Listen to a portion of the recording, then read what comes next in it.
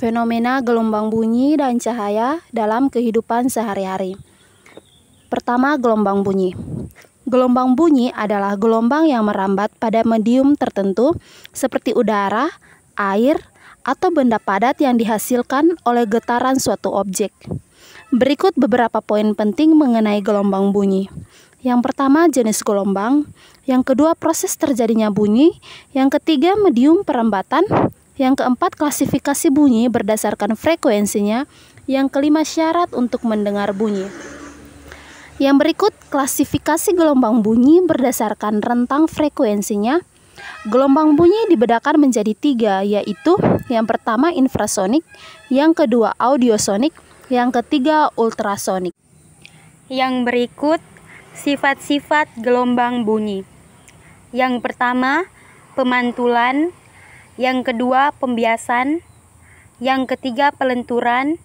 Yang keempat, interferensi. Dan yang kelima, pelayangan. Yang berikut, contoh gelombang bunyi dalam kehidupan sehari-hari. Yaitu, yang pertama, televisi dan radio. Yang kedua, telepon.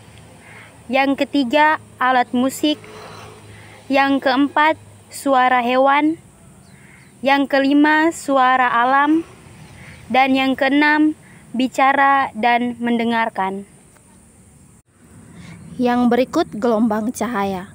Gelombang cahaya adalah gelombang elektromagnetik yang terdiri dari medan listrik dan medan magnetik yang saling tegak lurus yang merambat melalui ruang hampa seperti udara, air, atau kaca. Sifat-sifat gelombang cahaya yaitu: yang pertama, merambat lurus. Yang kedua, dapat dipantulkan atau refleksi. Yang ketiga, dapat dibiaskan atau diffraksi. Yang keempat, dapat diserap atau absorpsi. Yang kelima, dapat diuraikan atau dispersi. Yang keenam, mengalami pelenturan atau difraksi.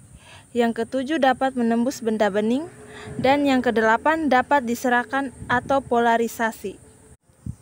Yang berikut, manfaat gelombang bunyi. Yang pertama, memudahkan para manusia dan hewan untuk melihat benda yang ada di sekitar.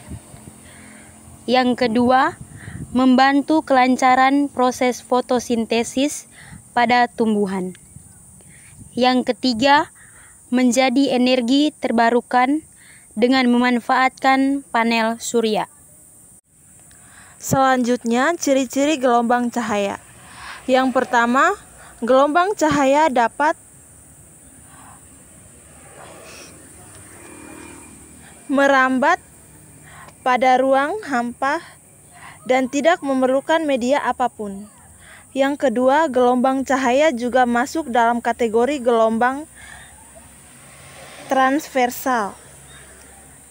Dan yang terakhir, gelombang cahaya juga bisa dipantulkan jika berkontak langsung pada suatu bidang, baik berubah bidang datar maupun tidak. Yang berikut contoh gelombang cahaya dalam kehidupan sehari-hari. Yang pertama, matahari. Yang kedua, lampu. Yang ketiga, warna. Yang keempat, pelangi. 5, refleksi. 6, refraksi. 7, kamera. 8, sinar X. Dan 9, laser.